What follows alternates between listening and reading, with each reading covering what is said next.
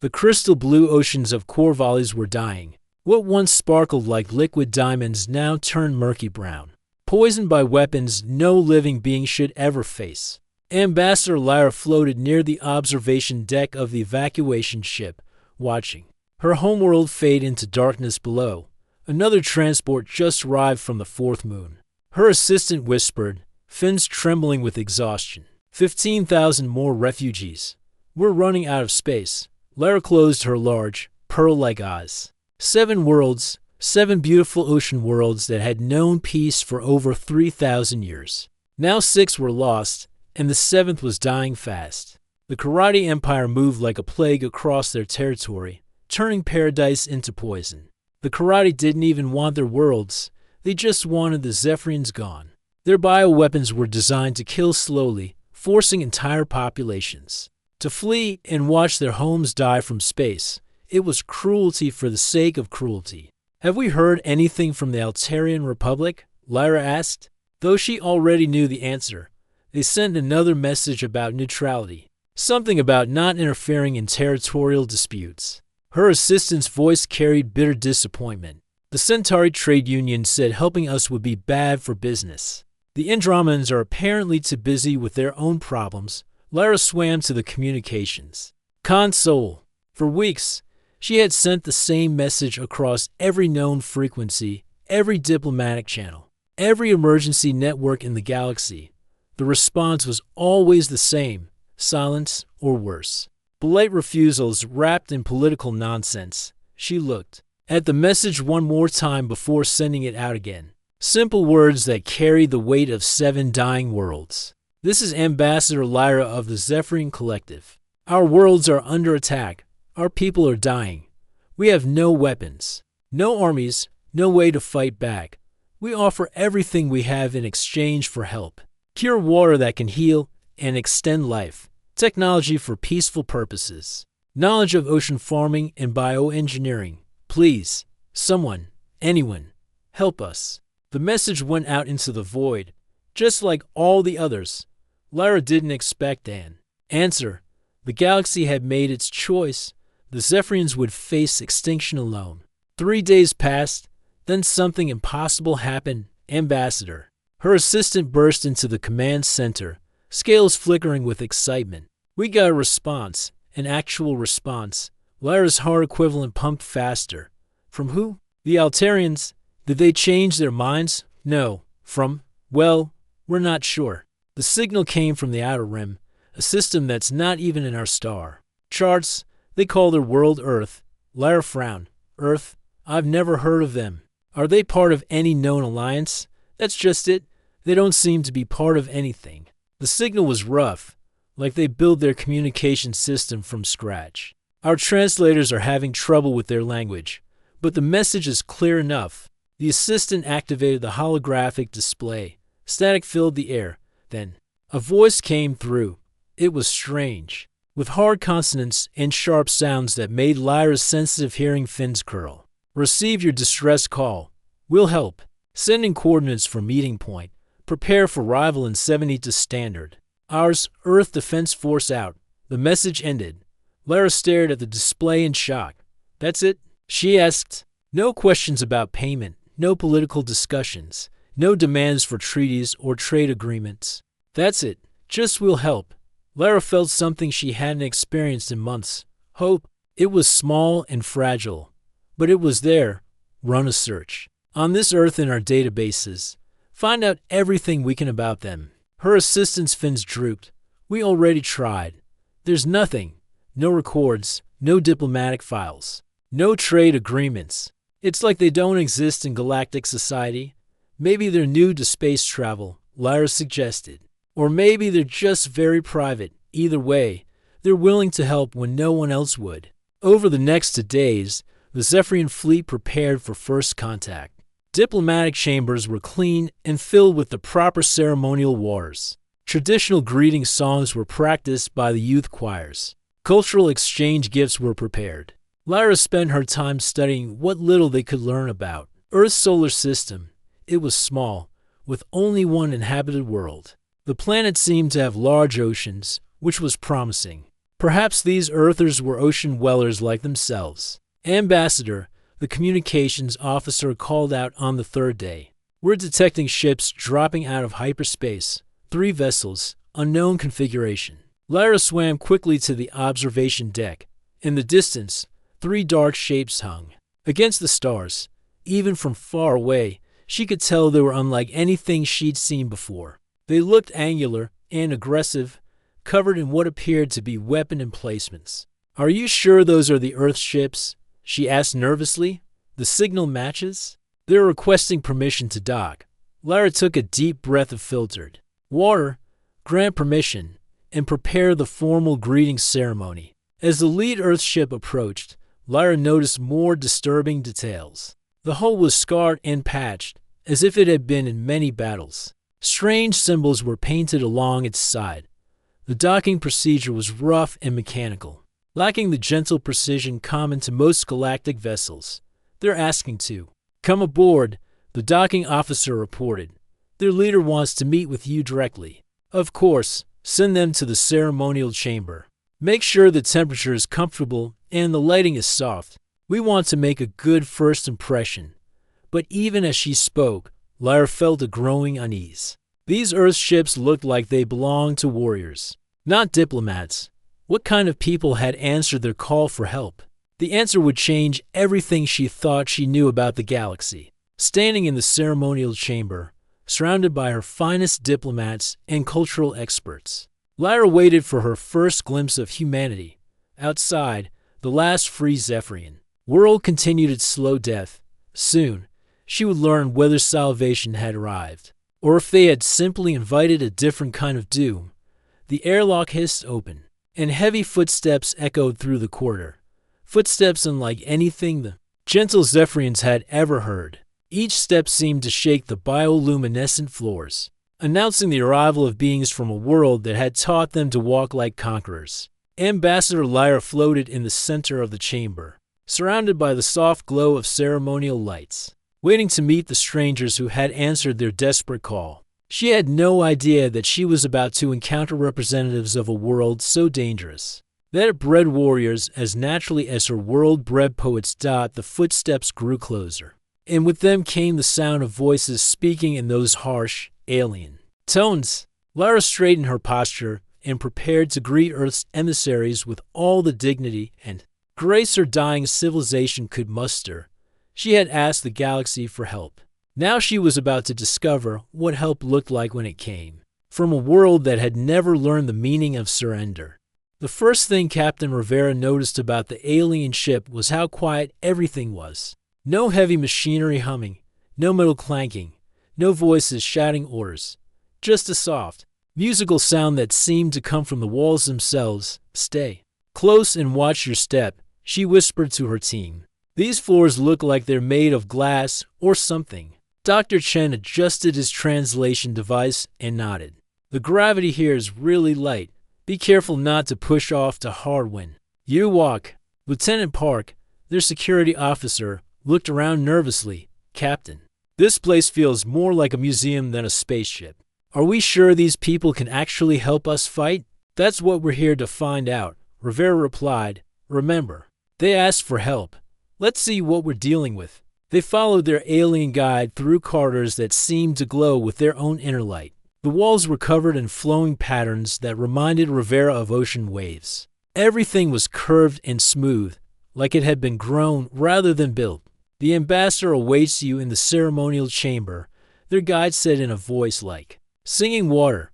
Please follow the blue lights. As they walked, Rivera's boots made loud clicking sounds on the delicate floor. Each step seemed to create tiny cracks in the surface, and she winced every time. Her team's heavy breathing sounded harsh in the peaceful silence. Is it just me, or does it feel like we're bulls in a china shop? Dr. Chen muttered before Rivera could answer. They entered a large circular room filled with the strangest sight any of them had ever seen. Dozens of aliens floated in the air, their bodies graceful and translucent. They looked like living jellyfish, made of pearl and silver, with long, flowing appendages that moved like underwater plants. In the center of the room, one alien slightly larger than the others approached them. This had to be the ambassador. "Welcome to our vessel," the alien said, her voice like wind chimes in a gentle breeze. "I'm Ambassador Lyra of the Zephyrian Collective. We are grateful beyond words that you answered our call." Captain Rivera stepped forward and extended her hand. "Captain Rivera of the Earth Defense Force. We got your message and came as fast as we could." The ambassador reached out with what looked like her hand, a delicate, semi-transparent appendage that sparkled with bioluminescent patterns. The moment their hands touched, Rivera heard a sound like breaking crystal. "Oh no," she gasped, pulling back her hand. The ambassador's appendage was clearly damaged, changing colors rapidly from silver to deep purple. "I'm so sorry. I didn't mean to hurt you," Rivera said, her face red with embarrassment. The ambassador tried to smile, though it was hard to tell. On her alien features, "It is nothing. A minor miscalculation. We are not used to such." "Firm greetings." Dr. Chen stepped forward quickly. "Ambassador, I'm the mission's medical officer. Please, let me help." He pulled out his medical scanner, but the device's bright lights and beeping sounds made all the aliens recoil. "Perhaps we should sit and discuss why we're here," Rivera suggested, trying to salvage the situation. But there was another problem. The chairs in the ceremonial chamber were designed for floating creatures, not beings who walked on legs. When Rivera tried to sit, the chair immediately collapsed under her weight, sending her tumbling to the floor with a crash that echoed through the chamber. Lieutenant Park rushed to help her up, but his quick movement and loud voice, "Captain, are you okay?" sent several aliens fleeing to the far corners of the room. Ambassador Lyra floated closer, though she kept a careful distance. Perhaps we could try a different approach. Could you tell us about your world? We know nothing of Earth or its people." Rivera brushed herself off and nodded. "Of course, Earth is our homeworld. It's about 25,000 miles around, with deep oceans and 7 continents. We have about 8 billion people living there." The aliens whispered among themselves, in their musical language. Ambassador Lyra's patterns flickered with what might have been concern. 8 billion, on one world. How do you manage resources with so many people? "Well, it's not always easy," Rivera admitted. "We've had to learn to work together, share what we have, and sometimes fight for what we need." The word fight caused another wave of whispers. Dr. Chen noticed the aliens' discomfort and tried to explain. "What the captain means is that humans have had to overcome many challenges. Natural disasters, resource shortages, conflicts between different groups. It's made us very adaptable." "Conflicts?" Ambassador Lyra asked. "You mean disagreements? How do you resolve them?" Rivera and her team exchanged glances. "How do you explain human history to beings who had apparently never known violence?" "Well," Rivera began carefully, "sometimes we talk things out. Sometimes we compete peacefully, and sometimes we have to use force to protect ourselves or others." The silence in the room was deafening. Finally, Ambassador Lyra spoke. "Force? You mean violence, physical harm, only when necessary," Rivera said quickly. "We have rules about it, laws. We try to avoid it whenever possible." Dr. Chen pulled up a holographic display of Earth. "You have to understand, our world is very different from yours. We have extreme weather, storms that can destroy entire cities, earthquakes that crack the ground open, volcanoes that shoot fire into the sky. Living on Earth means learning to survive in dangerous conditions." The aliens stared at the images of hurricanes and tornadoes with obvious horror. One of them actually fainted and had to be carried away by others. "Your world tries to kill you?" Ambassador Lyra asked in disbelief. "Sometimes it feels that way," Rivera laughed, not noticing how the sound made the aliens flinch. "But it's also made us strong, tough. When you grow up dodging lightning and surviving winter storms, you learn to handle problems directly." Lieutenant Park stepped forward. "Ambassador, you said in your message that your worlds are under attack. Can you tell us about the enemy?" The mood in the room shifted immediately. Ambassador Lyra's bioluminescent patterns turned deep blue, clearly a sign of sadness. "The Karate Empire. They use weapons that poison our oceans, kill our coral cities, make our worlds uninhabitable. They don't want to live on our planets. They just want us gone. How do you usually handle conflicts like this? Rivera asked. We meditate. We seek consensus. We try to understand each other's needs and find peaceful solutions. But the karate won't talk to us. They just attack and move on. Rivera's expression hardened, so they're bullies. They pick on peaceful people because they know you won't fight back. Fight back. Ambassador Lyra repeated the words like they were in a foreign language. We don't understand this concept. How does one fight back against weapons that poison entire oceans? You hit them harder than they hit you, Lieutenant Park said simply. The gasps from the assembled aliens were audible. Several more fled the chamber. Ambassador Lyra's patterns flickered rapidly between colors. But that would mean causing harm, deliberately hurting other beings. How is that different from what the karate are doing to us? Rivera realized they had a serious communication problem. These aliens weren't just peaceful. They literally couldn't understand the concept of defensive violence. Ambassador, she said gently. Sometimes the only way to stop someone from hurting innocent people is to make them stop. If talking doesn't work, if they won't listen to reason, then you have to use other methods. What kind of methods? Ambassador Lyra asked, though her tone suggested she was afraid of the answer. Rivera looked at her team, then back at the alien diplomat. We'll show you. But first, we need to know everything about these karate, their ships, their weapons, their tactics. Can you provide us with that information? Of course. But what are you planning to do? Captain Rivera's smile was not gentle. We're going to teach them that picking on peaceful people is a mistake, especially when those people have friends from Earth. The aliens in the chamber looked at each other with what was clearly growing concern. They had asked for help, but they were beginning to wonder if they had invited something more dangerous than their enemies. Ambassador Lyra floated quietly for a moment, her patterns cycling through colors that had no human equivalent. Finally, she spoke. Captain Rivera, I must ask, are you warriors? When we need to be, Rivera replied. But we're also protectors, and right now, you need protecting. The silence that followed was heavy with uncertainty and fear. The Zephyrians had asked for salvation, but they were starting to realize that salvation might come with a price they had never imagined. Paying. Ambassador Lyra had seen many strange things in her long life, but nothing prepared her for the videos Dr. Chen was showing her. On the holographic display, massive spirals of clouds spun across Earth's surface, tearing apart everything in their path. This is what we call a hurricane, Dr. Chen explained calmly. Wind speeds can reach over to 100 miles per hour. They happen every year. Lyra's bioluminescent patterns flickered with disbelief. Every year. And people live through these? Most of the time, yes, we build stronger houses, track the storms with satellites, and evacuate when necessary. It's just part of living on Earth. The next image showed the ground literally splitting open, buildings tumbling into massive cracks in the earth. Earthquakes, Dr. Chen continued. The planet's crust shifts and moves. Sometimes cities get damaged, but we rebuild. Your planet attacks you regularly, Lyra whispered, and you just rebuild?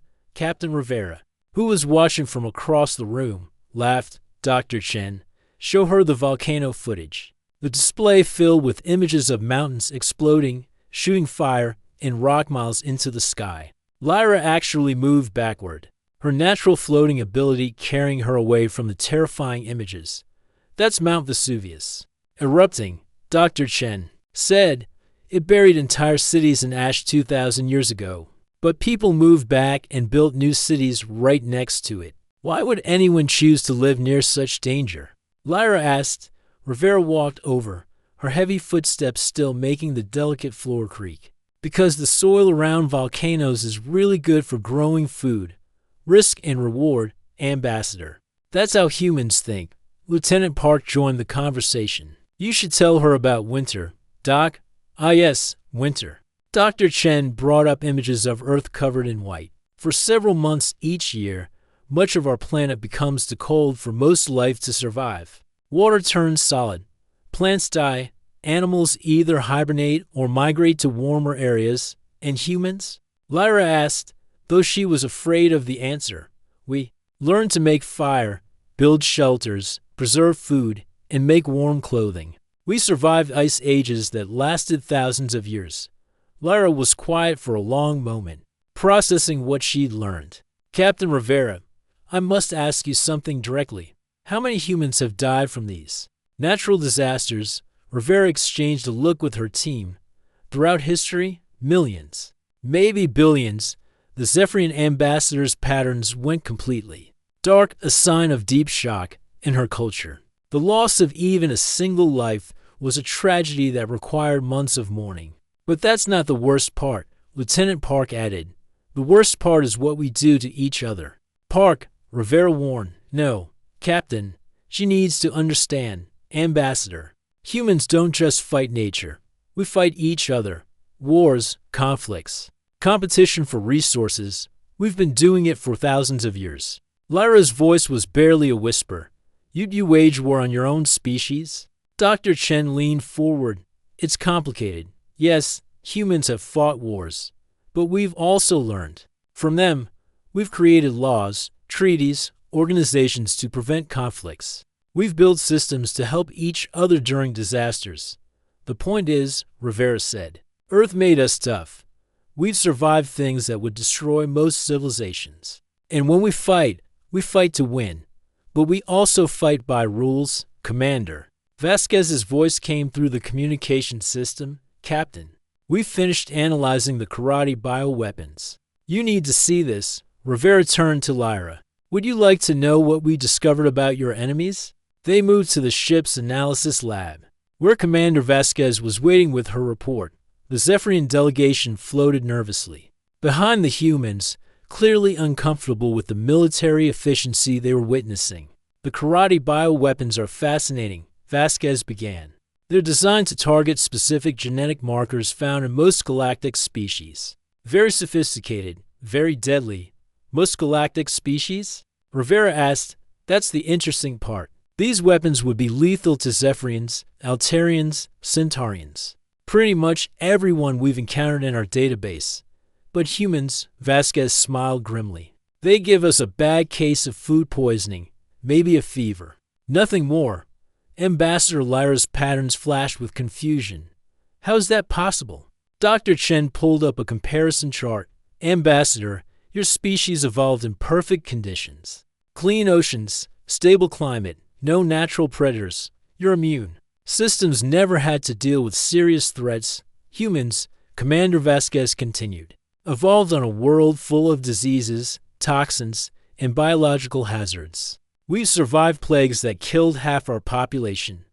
Our immune systems are like military fortresses compared to most species. You're saying, Lyra began slowly, that what's killing my people wouldn't even make you seriously sick. That's exactly what we're saying, Rivera confirmed. The karate picked the wrong fight. They're using biological warfare against species that can't handle it, but they've never faced anyone from a death world. A death world? Lyra asked. Park laughed. That's what we call planets like Earth. Worlds so dangerous that living there turns you into a survivor whether you want to be or not. Dr. Chen brought up more data. We've also analyzed their ship designs, their tactics, their communication patterns. They're used to fighting enemies who surrender quickly. They've never faced sustained resistance. Their weapons are designed for intimidation as much as destruction, Vasquez added. They expect their enemies to flee or give up. They're not prepared for someone who fights back. Rivera turned to Ambassador Lyra. That's why the galaxy didn't help you. Most civilizations can't handle the karate's methods. They're smart to stay out of the way. But you can handle them, Lyra said. It wasn't a question. We can do more than handle them. Rivera replied, we can stop them. Lieutenant Park brought up tactical displays. We've identified their command structure, their supply lines, their main fleet positions. Give us another day, and we'll know exactly how to hit them where it hurts. Ambassador Lyra floated silently, watching the humans work with terrifying efficiency. In less than a week, they had learned more about the karate than her people had discovered in months of conflict. Captain Rivera, she said finally, I need to ask you something important. When you defeat the karate, What happens next? Rivera looked puzzled. What do you mean? I mean, will you conquer their worlds, take their resources, become the new threat to the galaxy? The humans looked at each other in surprise. Rivera shook her head. Ambassador, we didn't come here to conquer anyone. We came here to help. When the karate are dealt with, we go home. But you could stay. You could rule. You're clearly more powerful than anyone else in this part of the galaxy. Dr. Chen smiled sadly. That's the difference between humans and the karate, Ambassador. We learned a long time ago that having the power to do something doesn't mean you should do it. Our world taught us to be strong, Rivera added. But it also taught us to protect those who can't protect themselves. That's why we're here. Commander Vasquez looked up from her tactical display. Captain, we're ready to move against the karate fleet. All ships report ready for combat. Rivera nodded, then turned back to Lyra. Ambassador, I want you to understand something. What we're about to do might look brutal to your people. We're going to fight the karate with methods they understand. But we're doing it to save your worlds and your people. Ambassador Lyra's patterns cycled through colors that had no human equivalent. Fear, hope, gratitude, and terror all mixed together, Captain Rivera. I realize now that we didn't just ask for help. We asked for warriors from a world that creates warriors naturally. I'm frightened of what that means. Rivera's expression softened. Ambassador, being from a death world doesn't make us monsters. It makes us capable of fighting monsters. There's a difference. As the human fleet prepared for battle, Lyra watched through the observation ports. The ships moved with precision. In purpose that her peaceful people could never match, she had asked the galaxy for salvation. And salvation had answered. But salvation, she was learning, sometimes wore armor and carried weapons. And sometimes that was exactly what the universe needed. The karate fleet looked impressive spread across the darkness of space. 73 warships arranged in perfect formation, their bioweapon launchers gleaming with menace for months. This fleet had been unstoppable, watching peaceful worlds surrender without firing a shot. Admiral Korth stood on his command bridge, reviewing reports from the latest conquest. Another Zephyrian colony had fallen yesterday, its population fleeing in terror as the ocean-poisoning weapons did their work, sir. His communications officer called out. We're detecting 3 unknown vessels approaching our position, Korth barely looked up from his reports. Probably more refugees. Ignore them, sir. They're not fleeing. They're approaching directly, and they're requesting our surrender. That got Koreth's attention. In 2 years of conquest, no one had ever demanded a surrender. He walked to the main display, expecting to see a massive alien fleet. Instead, he saw 3 small ships that looked like they'd been cobbled together from scrap metal. They want us to surrender, Korth laughed, a sound like grinding stone. 3 tiny ships against our entire fleet. Are they insane? The lead ship is transmitting again. Sir, they say they represent something called the Earth Defense Force. Earth? Korth searched his memory. Never heard of it. Tell them to leave, or we'll demonstrate why every civilization in this sector fears the Karate Empire. But the unknown ships didn't leave. Instead, they began moving with a speed and precision that made Koreth's tactical officers nervous. On the bridge of the UES Defiance, Captain Rivera watched the karate formation with professional interest. 73 ships, Commander Vasquez reported. Standard karate battle formation.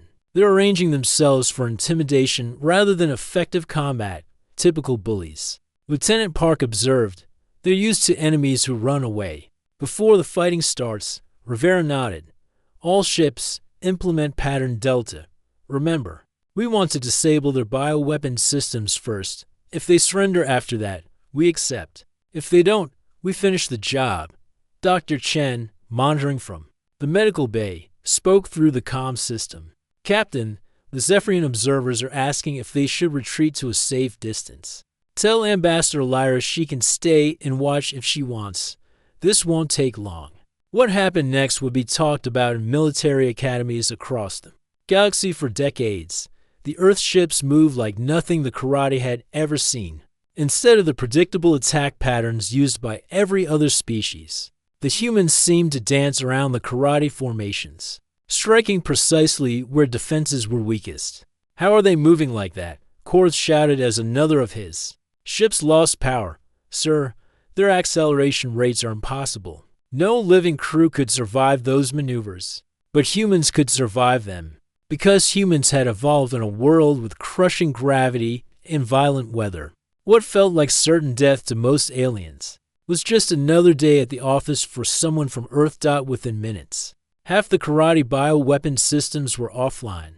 But instead of pressing their advantage, the Earth ships did something that confused everyone watching. They stopped attacking. Karate fleet. Captain Rivera's voice came through the communication channel. "Your bioweapons are disabled. Surrender now, and we'll accept your crew as prisoners. Continue fighting, and we'll treat this as a military engagement." Admiral Korth was stunned. "They're giving us a chance to surrender after they've already won?" His tactical officer was equally confused. "Sir, this isn't how warfare works. You don't stop in the middle of a winning attack to offer terms, unless—" Korth said slowly, "They're not trying to destroy us. They're trying to minimize casualties." It was a concept completely foreign to karate military thinking. They conquered through terror and overwhelming force. The idea of showing mercy to a defeated enemy was as alien to them as their bioweapons. "We're two peaceful species, sir," the communications officer reported. "They're transmitting something called rules of engagement. It's a list of restrictions they follow during combat." Korth read the transmission with growing disbelief. The humans had rules about not targeting medical ships, not harming prisoners, not attacking civilians. They had created an entire system of limitations on their own military power. "This makes no sense," he muttered. "Why would any species handicap themselves during war?" On the Zephyrian observation ship, Ambassador Lyra was asking herself the same question. "Dr. Chen," she said through the communication link, "why did your ship stop attacking? You had them defeated." Dr. Chen's voice was patient, like a teacher, explaining a simple concept. "Ambassador, we stopped because we had accomplished our objective. Their bioweapons are disabled. They can't hurt your people anymore. But they could still fight with conventional weapons. Yes, but now it's a fair fight. If they choose to continue, we'll respond appropriately. But we always give an enemy the chance to surrender with honor." "Honor?" Lyra repeated the word. "You show honor to those who poison worlds. We show honor to defeated enemies because that's who we choose to be." Captain Rivera's voice joined the conversation. "Being strong enough to destroy someone doesn't mean you should, especially if they're no longer a threat." The karate admiral was having his own crisis of understanding. His species had built an empire on the principle that might makes right. The strong take what they want from the weak. But these humans seem to operate on completely different rules. "Sir," his weapons officer reported, "the human ships are maintaining defensive positions. They're not pressing their attack. Are their weapons still locked on us?" "Yes, sir, but they're not firing." Korth made a decision that surprised everyone, including himself. "Open a channel to the human commander." Captain Rivera's image appeared on the karate bridge display, even through the universal translator. Her voice carried absolute confidence. "Admiral Korth, I assume. I'm Captain Rivera. Are you ready to discuss terms?" "I want to understand something first," Korth said. "You have us at your mercy. Why aren't you finishing us off?" Rivera looked puzzled by the question. "Because the fight is over. You can't threaten the Zephyrians anymore. Destroying you now would just be murder. But we are your enemies. We've conquered dozens of worlds. You were our enemies when you were threatening innocent people. Now you're just defeated soldiers. There's a difference." Dr. Chen's voice added context. "Admiral, where we come from. How you treat a defeated enemy says more about you than how you treat a victorious ally." Korth was quiet for a long moment. Round him, his crew waited for orders. Behind him, 73 ships full of warriors who had never known defeat waited to learn their fate. Finally, he spoke. "Captain Rivera, what are your terms?" "Simple. Withdraw from all Zephyrian territory.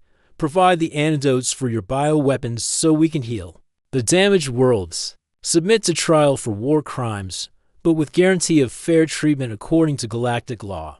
And if we refuse, River's smile was not pleasant. Then we stop being polite and start being thorough. The threat was delivered calmly, almost casually, but something in her tone made it clear that the humans had been holding back. The devastating attack they'd just witnessed was them being gentle. "I need time to consider," Korath said. "You have 1 hour," Rivera replied, then cut the connection.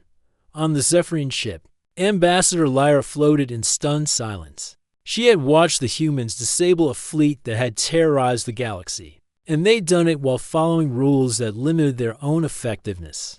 "Commander Vasquez," she called through the comm system, "may I ask you something?" "Of course." "Ambassador, your people could have destroyed that fleet completely in the first attack. Couldn't you?"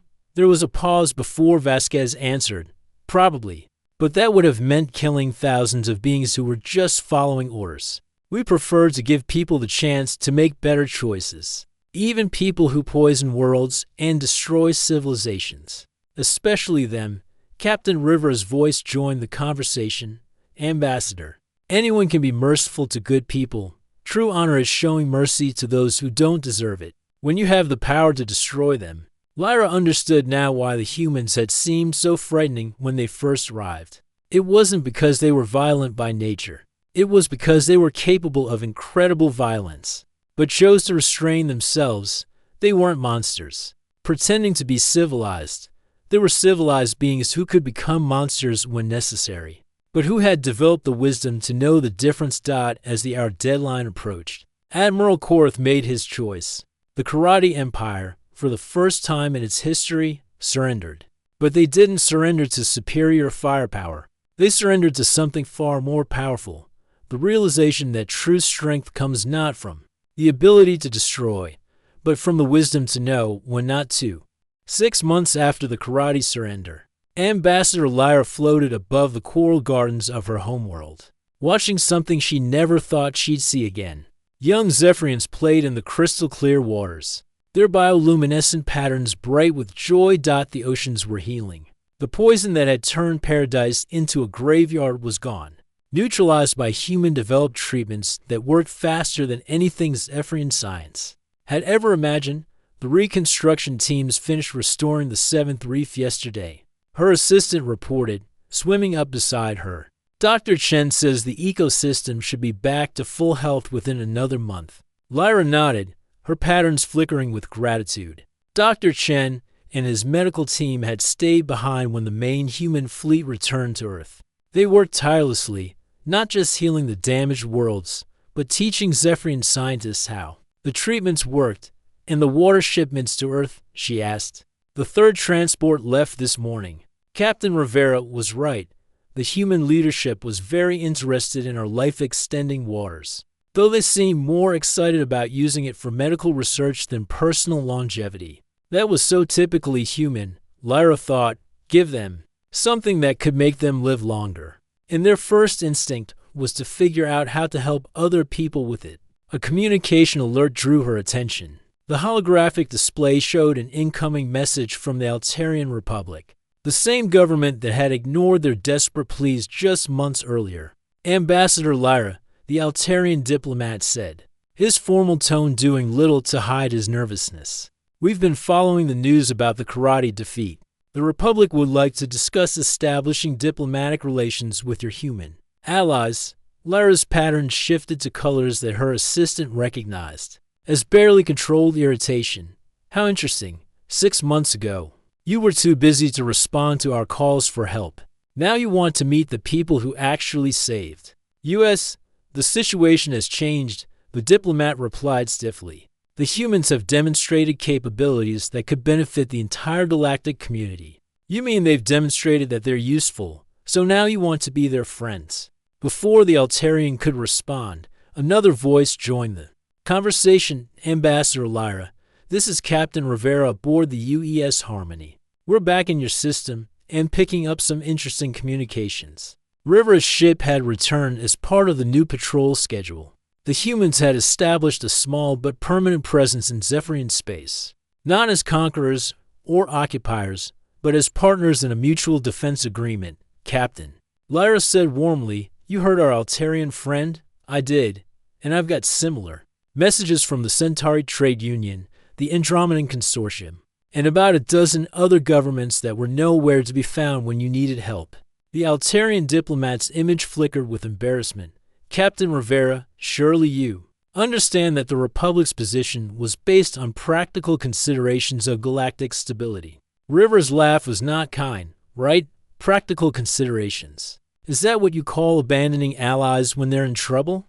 We would like to propose a formal alliance, the diplomat pressed on. The Republic has much to offer Earth in terms of technology and trade opportunities. What do you think, Ambassador? Rivera asked. Should we trust people who only want to be friends when it's convenient for them? Lyra's patterns brightened with something that might have been satisfaction. I think, Captain, that true allies are the ones who show up when you're in trouble, not the ones who show up after you've won. Dr. Chen's voice joined the conversation from the research station. Captain, we're getting similar offers from all over the galaxy. Everyone wants to partner with Earth now. It's amazing how popular humans have become since word spread about the karate defeat. And what are they offering? Rivera asked. Technology, mostly. Advanced computing systems. Faster than light communication networks. Industrial fabrication. Techniques. The usual things civilizations offer when they want something from you. Lieutenant Park's voice came through from the patrol ship. Captain, we've also got 3 different species asking for military assistance. Apparently, the galaxy has discovered it has a bully problem, and everyone thinks humans are the solution. Rivera was quiet for a moment. Through the communication link, Lyra could hear the sounds of a working starship, humans going about their duties with the casual efficiency that had impressed her so much. Dr. Chen, Rivera said finally. What's your assessment of these offers? Mixed bag, Chen replied. Some of them are genuine, species that really do want to cooperate and learn. Others are clearly just trying to get on our good side in case they need protection later. And a few seem to think they can hire us as muscle for their own conflicts. The Carillion Assembly wants us to help them settle a border dispute with their neighbors, Park added. They're offering exclusive mining rights to 3 asteroid belts. And the Vegan Collective wants us to intimidate some trade rivals. Commander Vasquez reported from another ship. They think having humans on their side will give them a negotiating advantage. Ambassador Lyra listened to this exchange with growing understanding. The humans weren't just discussing military requests, they were analyzing the moral implications of each one. What will you do? She asked Rivera. The same thing we did when you asked for help. Rivera replied, we'll help the people who actually need it and ignore the ones who just want to use us. But how do you tell the difference? Dr. Chen answered, experience, Ambassador. When you've been dealing with conflicts as long as humans have, you learn to recognize the difference between victims and opportunists. We helped the Zephyrians because you were genuinely in trouble and had no way to fight back, Rivera explained. We ignore the Carillions because border disputes usually mean both sides are being stubborn. And we definitely ignore anyone who wants to hire us as intimidation. Commander Vasquez's voice carried approval. The Earth Council was very clear about this. We're not mercenaries. We're not conquerors. We're protectors. And only for people who actually need protecting. A new communication signal interrupted the conversation. This time, it was Admiral Korath, calling from the karate prison facility where he was serving his sentence. Captain Rivera. His voice was different now, less arrogant, more thoughtful. I've been watching the Galactic news. Everyone wants to be your ally now. Admiral, Rivera replied neutrally. How are you adjusting to prison life? Better than expected. Your people run a fair prison system. But that's not why I'm calling. I wanted to warn you about something. The galaxy is full of species like mine, aggressive, expansionist, always looking for an advantage. Some of them are going to see Earth as either a valuable ally or a dangerous threat. And you should be careful who you trust. Not everyone offering friendship actually wants to be friends. Lyra found herself agreeing with the former enemy. The Admiral is right, Captain.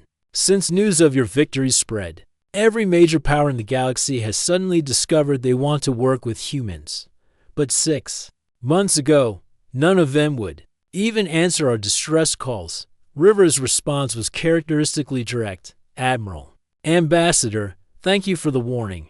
But humans have been dealing with false friends and fair-weather allies for thousands of years. We know the difference between genuine partnership and political opportunism, Dr. Chen added. Plus, we have the advantage of working with people like the Zephyrians. You've shown us what real allies look like, people who share their most valuable resources freely, who work alongside us as equals, who trust us even when they're afraid of us. That's the standard we'll use for everyone else, Rivera concluded. If they're willing to be partners like the Zephyrians, we'll work with them.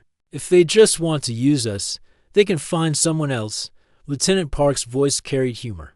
Besides, most of these newly interested governments probably wouldn't last 5 minutes on Earth. Let them visit during hurricane season and see how eager they are for an alliance. The conversation was interrupted by an excited transmission from the Zephyrian Research Station. Ambassador, Dr. Chen, you need to see this. The coral restoration project isn't just healing, it's growing stronger. The human treatment techniques have somehow made our reefs more resilient than they were before the attack. Dr. Chen's voice carried scientific excitement. That's fantastic. We theorized that Earth-based treatments might have that effect, but to see it actually working. What does this mean? Ambassador Lyra asked. It means, Rivera said with satisfaction, that sometimes the best way to fix something isn't just to restore it to what it was, but to make it better than it was before. As the communication ended, Lyra floated quietly above her healing world, thinking about everything that had changed. The Zephyrians had asked for help and received it from the most unexpected source. The galaxy had ignored their suffering and now wanted to be friends with their saviors. But the humans, these powerful beings from their dangerous world, had remained consistent throughout. They helped when help was needed. They fought when fighting was necessary. They showed mercy when mercy was appropriate. And now they were building something new. Not an empire based on fear, but a network of genuine alliances based on mutual respect.